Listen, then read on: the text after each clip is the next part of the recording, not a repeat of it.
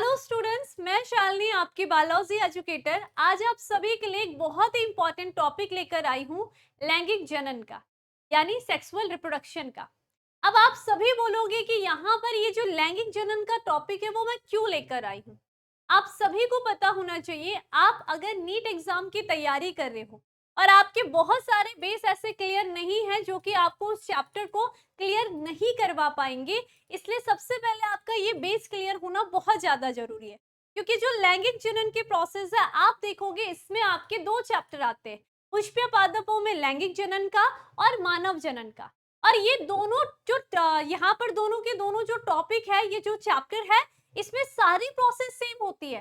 बस यहाँ पर अंतर आ जाता है कि एक पादप में क्रिया हो रही है और एक क्या हो रही है, मानव में क्रिया हो रही है। लेकिन अगर इनके बेस को हम जानते हैं तो वो जुड़ा होता है इस लैंगिक जनन की प्रोसेस से।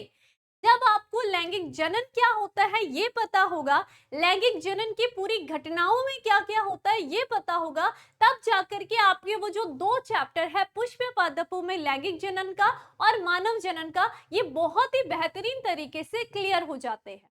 तो सबसे पहले ये टॉपिक समझना हर एक बच्चे के लिए बहुत इंपॉर्टेंट है। उसे लैंगिक जनन की घटनाएं पता चल गई तो उसको ये पता चल जाएगा कि पूरे चैप्टर में क्या चीजें उसे पढ़नी है, और फिर वो उस चैप्टर में उस टॉपिक को पढ़ के अपने सारे डाउट को क्लियर कर देगा। तो चलिए फिर जानते हैं कि लैंगिक जनन होता क्या है। अब स्टार्ट हम कर रहे हैं बेस से, तो मैं आपको बेस से ही लेकर के चलूंगी कि सबसे पहले हम बात करते हैं कि आखिर जनन क्या होता है ना। तो जनन की जब मैं बात करती हूँ, जनन यानी हम कहेंगे रिप्रोडक्शन होता क्या है। देखो, जनन एक प्रक्रिया है। किसी भी जीव में जनन एक प्रक्रिया होती है जिसमें कोई भी जीव अपने ही समान अपनी संतति का निर्माण करता है। ये क्या है, एक प्रक्रिया है जिसमें जीव क्या कर रहा है, अपने समान एक संतति का निर्माण करता है। इस प्रोसेस के द्वारा संतति का निर्माण करता है। इसी को हम क्या कहते हैं, जनन कहते हैं। तो ये मीनिंग तो आपको समझ में आ गया। अब जनन भी, यहाँ पर जो संतति का निर्माण हो रहा है वो अलग अलग प्रकार से होता है अलग अलग जीवों में। इसीलिए जो जनन है उसे दो भागों में वर्गीकृत किया गया, यानी कि जनन भी दो प्रकार के होते हैं। एक होता है अलैंगिक जनन, अलैंगिक जनन यानी एसेक्सुअल रिप्रोडक्शन, और दूसरा होता है लैंगिक जनन, जो कि हम आज की क्लास में इसकी सारी घटनाओं को पढ़ने वाले हैं। दूसरा होता है लैंगिक जनन, जिसे हम कह रहे हैं sexual reproduction, sexual reproduction. Concept clear. अब जनन दो प्रकार के, दोनों ही विधि में कोई भी जीव अपनी संतति का निर्माण करेगा। लेकिन यहाँ पर अंतर कहाँ आ जाएगा कि अलैंगिक जनन की वो विधि होती है जिसमें एकल जीव एक नई संतति का निर्माण करता है। यानी कि इस जनन की प्रक्रिया में केवल एक जीव ही, एक जीव यहाँ पर क्या करेगा, अपनी संतति का निर्माण करेगा, संतति को बनाएगा। समझ में आ गया। जैसे आप एग्जाम्पल पे पढ़ते हो, अमीबा की हम बात करते हैं, तो अमीबा में क्या होगा, अमीबा अपने शरीर में कोशिका विभाजन करता है और दो शरीर दो टुकड़ों में विभाजित हो जाता है, तो वो जो दो टुकड़े बने वो उसकी संतति हो गई। तो इसमें हम एग्जाम्पल में बहुत सारे पढ़ते हैं, पैरामीशियम की हम बात करते हैं। और जनन भी अलग अलग प्रकार का, मुकुलन के द्वारा हो सकता है, कोशिका विभाजन के द्वारा होगा, कौन, अलैंगिक जनन। तो यहाँ पर मेन बात आपने देखा कि यहाँ पर जीव एक रहेगा और वो क्या करेगा, नई संतति का निर्माण करेगा। लेकिन जब हम लैंगिक जनन की प्रोसेस पढ़ते हैं तो यहाँ पर दो विपरीत जीव, विपरीत जीव कौन होंगे, नर और मादा, ये दोनों मिल करके एक नई संतति का निर्माण करते हैं। यहाँ पर क्या है, लैंगिक जनन की वो प्रोसेस होती है जहां पर कौन होंगे, विपरीत जीव, विपरीत जीव, दो विपरीत जीव की मैंने बात करी। दो विपरीत जीव कौन होंगे, नर होगी और कौन होगा, मादा होंगी। ये दोनों मिल करके क्या करेंगे, एक नई संतति का निर्माण करते हैं। जैसे मनुष्य की हम बात करते हैं, नर और मादा मिल करके एक नई संतति का निर्माण करते हैं। अब ये संतति का निर्माण कैसे होता है, कैसे होगा, क्योंकि नर की बॉडी में होता है नर युग्मक का निर्माण, ठीक है, इसके लैंगिक अंगों में, और मादा की बॉडी में होता है मादा युग्मक का निर्माण। अब जब ये युग्म आपस में संलयित होते हैं, तब जाकर के आगे यहाँ पर जो कोशिका युग्मनज बनेगी, उससे भ्रूण बनेगा और भ्रूण से एक शिशु का निर्माण हो जाए। तो टोटल मिलाकर के यहाँ पर दो विपरीत जीव थे और साथ ही साथ हम कह सकते हैं कि लैंगिक जनन जनन की वह प्रक्रिया होती है जिसमें क्या हो रहा है, युग्मकों का संलयन होता है। इसी को हम लैंगिक जनन के नाम से जानते हैं। क्या आपको क्लियर हो गया है कि अलैंगिक जनन क्या होता है, लैंगिक जनन क्या होता है? लैंगिक जनन में युग्मक संलयित होते हैं और उन संलयन के पश्चात ही आगे नई संतति का निर्माण होगा। तो ये तो था हमारा बेस। अब लैंगिक जनन में आखिर एक संतति का निर्माण किन किन घटनाओं से होकर के होता है? यहाँ पर ऐसा नहीं है कि सीधा के सीधा युग्मकों का संलयन हो गया और लय संतति का निर्माण आपको देखने के लिए मिल गया। यहाँ पर उस लैंगिक जनन की बहुत सारी घटनाएं होती, तो हम उन घटनाओं को जानेंगे। और यकीन मानिए कि चैप्टर आपका जो पुष्प पादपों में लैंगिक जनन है, मानव जनन में है, उनमें आपका यही लैंगिक जनन का सीक्वेंस है। जिस बच्चे को ये जनन का घटनाक्रम याद हो गया, वो उन दोनों चैप्टर में अपनी बहुत अच्छी पकड़ पकड़ सकता है। तो इसलिए यहाँ पर उस घटनाओं को जानते हैं कि आखिर लैंगिक जनन की कौन कौन सी घटनाएं होती। ठीक है, अब हमें पता है कि यहाँ पर क्या होता है, निषेचन होता है। निषेचन यानी कि जिसमें हमने देखा कि युग्मक का संलयन होता है। निषेचन आप सभी को पता है क्या है, युग्मक का संलयन होता है ना, नर युग्मक और मादा युग्मक का संलयन होता है। लेकिन लैंगिक जनन की घटना में सबसे पहले युग्मक संलयन नहीं होगा। सबसे पहले इन युग्मक का आखिर निर्माण कहाँ हो रहा है, पहले तो हमें निर्माण करना है ना। तो जो निर्माण की क्रिया होती है, इसे हम क्या कहेंगे, निषेचन पूर्व प्रवस्था या निषेचन पूर्व घटना, हम इस नाम से जानते हैं। तो पहली प्रोसेस इसमें होती है कि निषेचन पूर्व प्रवस्था, पूर्व घटना लिख देती हूँ, निषेचन पूर्व घटनाएं। समझ में आ गया? तो पहला आप ये पढ़ते हो, उसके बाद दूसरा होता है निषेचन, और फिर तीसरा आ जाएगा कि निषेचन जब हो गया, युग्मक संलयित हो गए, तो उसके पश्चात क्या हो रहा है। तो यहाँ पर इसे हम कहेंगे निषेचन पश्य घटना। पश्य यानी कि बाद में, पश्य घटनाएं। समझ में आ गया आप सभी को? घटनाएं क्लियर, ये बात क्लियर है। अब हम यहाँ पर जानते हैं कि आखिर लैंगिक जनन के प्रोसेस में निषेचन पूर्व प्रवस्थाओं में होता क्या क्या है। तो जैसा कि मैंने कहा कि जो नर है और मादा है वो लैंगिक जनन की प्रक्रिया में भाग लेते हैं। अब यहाँ पर इनमें युग्मकों का निर्माण होता है। तो बॉडी में कहाँ युग्मक को निर्माण होगा, ये आपको ध्यान रखना है। नर में नर जनन तंत्र उपस्थित होता है और मादा में मादा जनन तंत्र उपस्थित होता है। नर के उस जनन तंत्र में शुक्राणु यानी कि जो नर का युग्मक है उसका निर्माण होगा, लेकिन मादा को जो जनन तंत्र है इसमें मादा युग्मक अंडाणु का निर्माण के साथ साथ इसकी बॉडी में निषेचन की क्रिया भी होगी। इसी की बॉडी में उस युग्मनज का परिवर्तन होगा, भ्रूण का जो परिवर्तन होगा यानी कि भ्रूण से शिशु का निर्माण जो होगा वो भी मादा जनन तंत्र में होगा, और आगे जो प्रसव की क्रिया होगी वो भी मादा जनन तंत्र में ही होगी। तो इस तरीके से आपने देखा कि यहाँ पर सबसे पहले जो भी नर और मादा है, मनुष्य की हम बात कर रहे हैं, तो उनमें जनन तंत्र उपस्थित होते हैं, जिनमें क्या होगा, सबसे पहला प्रोसेस होता है लैंगिक जनन का, युग्मक जनन की प्रोसेस। तो युग्मक जनन का मतलब होता है युग्मकों का निर्माण। ठीक है, तो पहला क्या हो जाएगा, युग्मक जनन। युग्मक जनन चाहे आप मानव जनन में पढ़ो चाहे आप पुष्प पादपों में पढ़ो, पुष्प पादप में भी लैंगिक अंग आपको नर और मादा संरचना, पुंकेश्वर, स्त्री केसर देखने के लिए मिलती है, और मनुष्य में भी आपको नर और मादा जनन तंत्र देखने के लिए मिलते हैं, जहां पर युग्मकों का निर्माण होता है। जैसे कि पुष्प पादपों की जब मैं बात करूंगी तो वहां पर जब नर युग्मक का निर्माण हो रहा है तो उसे हम लघु बीजाणु जनन कहते हैं, और मादा का होता है तो गुरु बीजाणु जनन की हम बात करते हैं। क्लियर?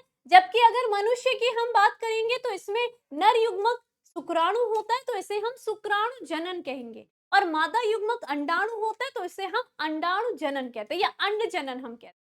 क्लियर हो गई है? तो सबसे पहला प्रोसेस होता है युग्मक जनन का। जब युग्मक बनेंगे तभी तो संलयित होंगे। फिर क्या होगा, यहाँ पर जो नर युग्मक होता है वो हमेशा चलनशील होता है, वो एक क्या है, चलनशील कोशिका होती है, जबकि अंडाणु एक अचल संरचना होती है। तो यहाँ दूसरा जो इसमें निषेचन पूर्व में होगा वो होता है युग्मक स्थानांतरण, है ना। संलयन होने के लिए जो नर युग्मक है उसे मादा युग्मक के पास भी तो जाना पड़ेगा, तो इसे हम क्या कहेंगे, युग्मक स्थानांतरण कहते हैं, युग्मक स्थानांतरण कहते हैं। अब ये जो युग्मक स्थानांतरण है, पुष्प पादपों में जब आप पढ़ते हो तो परागण क्रिया पढ़ते हो, क्लियर। लेकिन जब हम नर मनुष्य में पढ़ेंगे तो यहाँ पर एक विशेष प्रोसेस मैथुन के द्वारा, सेक्सुअल इंटरकोर्स के द्वारा इस युग्मक का स्थानांतरण होता है, क्लियर।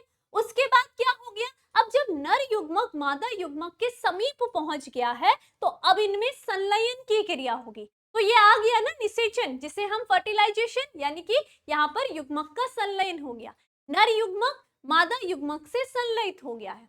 अब जब संलयन हो गया तो उसके पश्चात बनता है क्या, युग्मनज बनता है। तो अब यहाँ पर क्या होगा, जो निषेचन पश्य घटनाओं में जो भी उस युग्मनज के साथ हुआ है, यानी कि यहाँ पर युग्मनज जो बना है उसका युग्मनज का परिवर्धन होगा, ठीक है। उसके बाद आगे किसका परिवर्धन होगा, युग्मनज से बनता है भ्रूण, तो यहाँ पर किसका परिवर्धन होगा, भ्रूण का परिवर्धन होगा, ठीक है। और लास्ट में यहाँ पर क्या हो जाएगा, भ्रूण का परिवर्धन के पश्चात एक शिशु बन जाएगा, और शिशु बनने के पश्चात यहाँ पर प्रसव की क्रिया होगी मानव में, कॉन्सेप्ट क्लियर। और पुष्प पादपों में फल का निर्माण हो जाएगा। तो ये पूरी की पूरी घटनाएं चलती है आपकी पूरी लैंगिक जनन की प्रोसेस में, बहुत ही सिंपल है ये। अगर आपको ये 3 स्टेप याद हो गए तो आपके वो 2 चैप्टर आपको बहुत अच्छे से क्लियर हो जाएंगे। सबसे पहले लैंगिक अंगों में युग्मकों का निर्माण होता है, फिर युग्मक स्थानांतरित होते हैं, युग्मक संलयित होते हैं, संलयन के पश्चात जब युग्मनज बनता है तो उसमें परिवर्तन होंगे, उनमें कोशिका विभाजन की क्रिया होंगी, और फिर भ्रूण बनता है, भ्रूण से फिर एक शिशु का निर्माण होता है, और लास्ट में वो शिशु जन्म लेता है। तो यही क्या है, पूरे लैंगिक जनन की घटनाएं हैं। अब मनुष्य की जब मैं बात कर रही हूँ, ठीक है, मनुष्य की हम बात करते हैं तो मानव में ये जो लैंगिक जनन की पूरी प्रोसेस होती है ये किस तरीके से होंगी, इसके बारे में हम बात करेंगे, ठीक है। तो मानव में लैंगिक जनन की बात करते हैं तो सबसे पहले मैंने कहा कि इसमें क्या हो रहा है, निषेचन पूर्व प्रवस्था, निषेचन पूर्व प्रवस्था, पूर्व घटनाएं, क्लियर। इसमें सबसे पहले क्या हुआ, यहाँ पर हुआ क्या, युग्मक जनन की प्रोसेस, युग्मक जनन, युग्मक जनन यानी गैमेटोजेनेसिस हुआ। तो युग्मक जनन क्या होगा, जैसे कि मैंने कहा कि नर की बॉडी में नर युग्मक का निर्माण, नर जनन तंत्र में नर युग्मक का निर्माण, और मादा जनन तंत्र में मादा युग्मक का निर्माण होगा। नर युग्मक जनन की क्रिया को हम यहाँ पर क्या कहेंगे, शुक्र जनन के नाम से जानते हैं, शुक्र जनन, यानी कि यहाँ पर इसे हम कहते हैं स्पर्मेटोजेनेसिस, क्लियर। और इस मादा युग्मक के निर्माण की क्रिया को हम कहेंगे अंड जनन। तो आपको यही पढ़ना होगा, तीसरे चैप्टर जो आपका मानव जनन का चैप्टर है उसमें पहले जनन तंत्र की संरचनाओं को पढ़ोगे, उसके भाग को पढ़ोगे, फिर पढ़ोगे कि आखिर शुक्र जनन और अंड जनन की प्रोसेस किस प्रकार से होती है। और नीट एग्जाम में यहाँ से काफी क्वेश्चन आपको देखने के लिए मिलते, क्लियर इतनी बात। उसके बाद हमने कहा कि यहाँ पर क्या होगा, एक विशेष प्रोसेस होती है स्थानांतरण की, युग्मक स्थानांतरण की, क्लियर, जिसे हम क्या कह रहे हैं, मैथुन, ठीक है, या हम क्या कहेंगे, वीर्य सेचन कहेंगे, ठीक है, वीर्य सेचन, इंसेमिनेशन, क्लियर हो गया। ये बात हो गई, ये युग्मक स्थानांतरण के थ्रू जो नर युग्मक होगा वो मादा युग्मक के पास पहुंच गया। फिर क्या होगा, जब ये पास पहुंच गए हैं तो दूसरी यहाँ पर अवस्था आती है निषेचन, निषेचन यानी फर्टिलाइजेशन, फर्टिलाइजेशन होगा। तो फर्टिलाइजेशन में आपका जो अंडाणु और शुक्राणु होगा, यहाँ पर क्या होगा, जो शुक्राणु नर युग्मक जो होगा उसका संलयन, ये शुक्राणु एक अगुणित कोशिका होती है जिसमें 23 गुणसूत्र होते हैं और अंडाणु भी एक कैसी होगी, अगुणित कोशिकाएं होती है जिसमें क्या होंगे 23 गुणसूत्र होते हैं। जब इन दोनों का संलयन होता है तो यहाँ पर एक संरचना बनती है जिसे हम कहते हैं युग्मनज, यानी इसको आप जाइगोट के नाम से जानते हो। और ये कैसी संरचना होती है, एक द्विगुणित संरचना होती है, यानी 23 गुणसूत्र मिल करके एक 46 गुणसूत्र वाली संरचना को बनाते हैं। क्या आप सभी को क्लियर है? ये पूरी प्रोसेस आपको पढ़नी है चैप्टर के अंदर, क्लियर है? ठीक है। अब जब युग्मनज बन गया है तो युग्मनज के साथ क्या होगा, यहाँ पर होगा किसकी क्रिया, यहाँ पर होती है तीसरी क्रिया निषेचन पश्य, यानी कि निषेचन के बाद क्या घटनाएं घट रही है, निषेचन पश्य घटनाएं बोलते हैं। ठीक है, ये निषेचन पश्य घटनाओं में आप क्या देखोगे कि यहाँ पर ये जो युग्मनज होगा, इस युग्मनज में कोशिका विभाजन होता है और ये जो कोशिका विभाजन होगा ये समसूत्री युग्मनज, ये जो युग्मनज है इसका परिवर्धन होगा, है ना।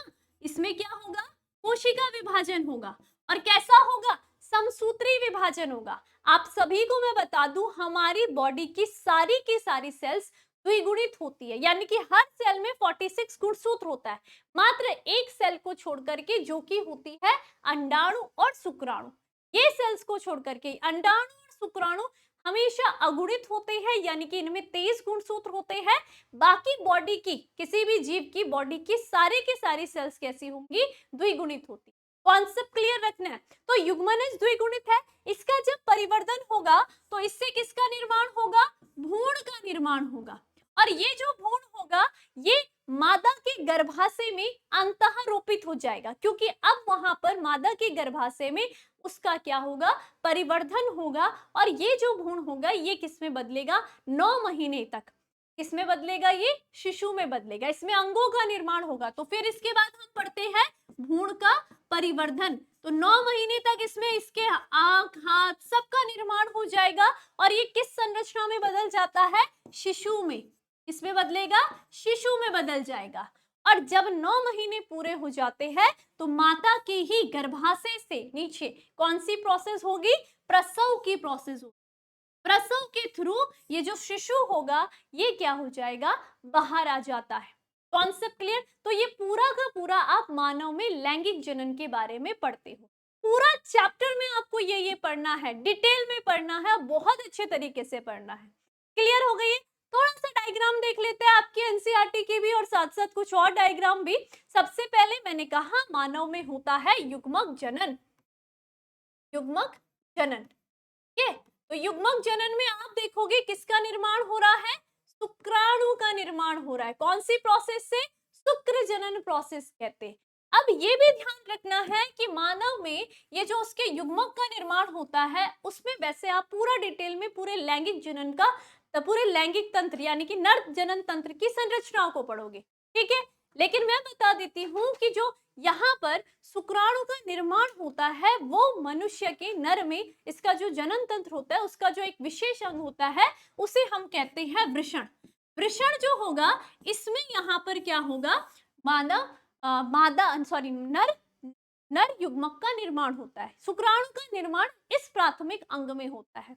उसी तरीके से अगर हम बात करते हैं किसके निर्माण की, अंडाणु के निर्माण की, तो पूरे मादा जनन तंत्र में जो इसका प्राथमिक अंग होता है जहां पर अंडाणु का निर्माण होता है वो आप देख सकते हो, इसमें होता है वो जो अंग अंडाशय, ओवरीज। ठीक है, प्रत्येक माह क्या होंगे, अलग अलग ओवरीज 2 संख्या में उपस्थित होती है और अलग अलग हर माह यहाँ पर अंडाणु का निर्माण होगा। ये पूरी प्रोसेस पढ़नी है, पूरे अंडाशय की संरचना आप देख रहे हो, तो ये सब कुछ हमने इसमें पढ़ना है। हर एक लाइन को, हर एक डायग्राम को क्लियर करते हुए बहुत अच्छे से पढ़ेंगे। क्लियर? ठीक है, तो ये तो हो गया युग्मक जनन। उसके बाद देखो क्या हुआ, युग्मक स्थानांतरण हुआ और फिर क्या होता है, निषेचन हो जाता है। निषेचन यानी कि युग्मक संलयन की प्रोसेस आप देख सकते हो। ये देखा, जो शुक्राणु बना था वो अंडाणु के पास आकर के उसके युग्मक से संलयित हो गया, अंडाणु के केंद्रक से शुक्राणु का केंद्रक संलयित हो गया है। तो ये इस तरीके से पूरा प्रोसेस पढ़ेंगे, कैसे अंडाणु की संरचना होती है, इसकी क्या कवरिंग होती है, सब कुछ। ये निषेचन हो गया। इसके बाद आप देखोगे जब निषेचन हो जाता है ना, यहाँ पर निषेचन की क्रिया हो गई है। अब यहाँ पर ये जो आपका युग्मनज था, इसमें क्या हो रहा है, ये परिवर्धन हो रहा है। एक कोशिका से दो कोशिका, दो से चार कोशिका, चार से आठ कोशिका, आठ से 16, 16 से 32 और इस तरीके से समसूत्री विभाजन करते करते एक भ्रूण का निर्माण हो जाएगा। तो यहाँ पर अभी क्या हुआ है, युग्मनज का परिवर्धन हुआ है। इसका युग्मनज का परिवर्धन हुआ है और इस युग्मनज के परिवर्धन के पश्चात भ्रूण की संरचना बन जाएगी। ठीक है, भ्रूण जब बन जाएगा तो उसके बाद भ्रूण का परिवर्तन पढ़ोगे आप। तो भ्रूण का परिवर्तन देखो, ये भ्रूण था और अब देखो जब इसमें पूरा परिवर्तन होगा तो एक शिशु का निर्माण हो जाएगा। तो यहाँ पर हम क्या पढ़ेंगे, ये पूरा का पूरा भ्रूण का परिवर्धन पढ़ते हैं, परिवर्धन। ठीक है, और इस परिवर्धन के पश्चात किसका निर्माण होगा, शिशु का निर्माण होगा। 9 महीने लग जाएंगे एक शिशु को बनने में। तो ये जब लास्ट शिशु बन जाएगा, अब ये बाहर दुनिया में आने के लिए तैयार है, तो लास्ट क्रिया कौन सी हो जाएगी, मानव जनन तंत्र के अंदर प्रसव, जिसे हम डिलीवरी के नाम से भी जानते हैं। क्लियर हुआ है। तो इस तरीके से क्या होगा, जब शिशु बन जाएगा तो ये क्या हो जाएगा, इस डिलीवरी प्रोसेस के द्वारा बाहर निकल आएगा। ये पूरा का पूरा चैप्टर में पढ़ना है, लेकिन उससे पहले आपका बेस क्लियर होना बहुत ज्यादा जरूरी है। ये तो मैंने आपको मानव जनन का पढ़ाया, लेकिन जो शुरू की घटनाएं हैं, लैंगिक जनन की घटनाएं, वो आपके 2 चैप्टर को बहुत अच्छे से क्लियर करेंगी। आपके जब ये चैप्टर क्लियर हो जाएंगे तो आगे एक और जनन स्वास्थ्य आप पढ़ते हो, वहां पर भी आपका ये काम आएगा, लैंगिक जनन, क्योंकि वहां पर भी जनन स्वास्थ्य में बहुत सारी ऐसी टर्म्स आएंगी जहां पर आप देखोगे मादा जनन तंत्र के, नर जनन तंत्र के, इन सब के बारे में, इनके हार्मोन्स के बारे में, सबके बारे में चर्चा होगी। तो यहाँ से आपके 3 चैप्टर आपके नीट एग्जाम के लिए बहुत अच्छे से क्लियर हो जाते हैं। तो जिसको कुछ भी नहीं आता है, अगर वो आज की इस क्लास को देख रहा है तो उसको यहाँ पर बहुत अच्छे से ये बेस उसके लिए बन चुका है। अब चैप्टर आ जाए, अब चैप्टर को तो आप ऐसे ही अच्छी तरीके से क्या कर सकते हो, पढ़ सकते हो। क्लियर? तो लगता है कि आज के लिए हम इतना रखेंगे। ठीक है, अब मिलते हैं आप सभी से एक नेक्स्ट वीडियो के साथ। धन्यवाद।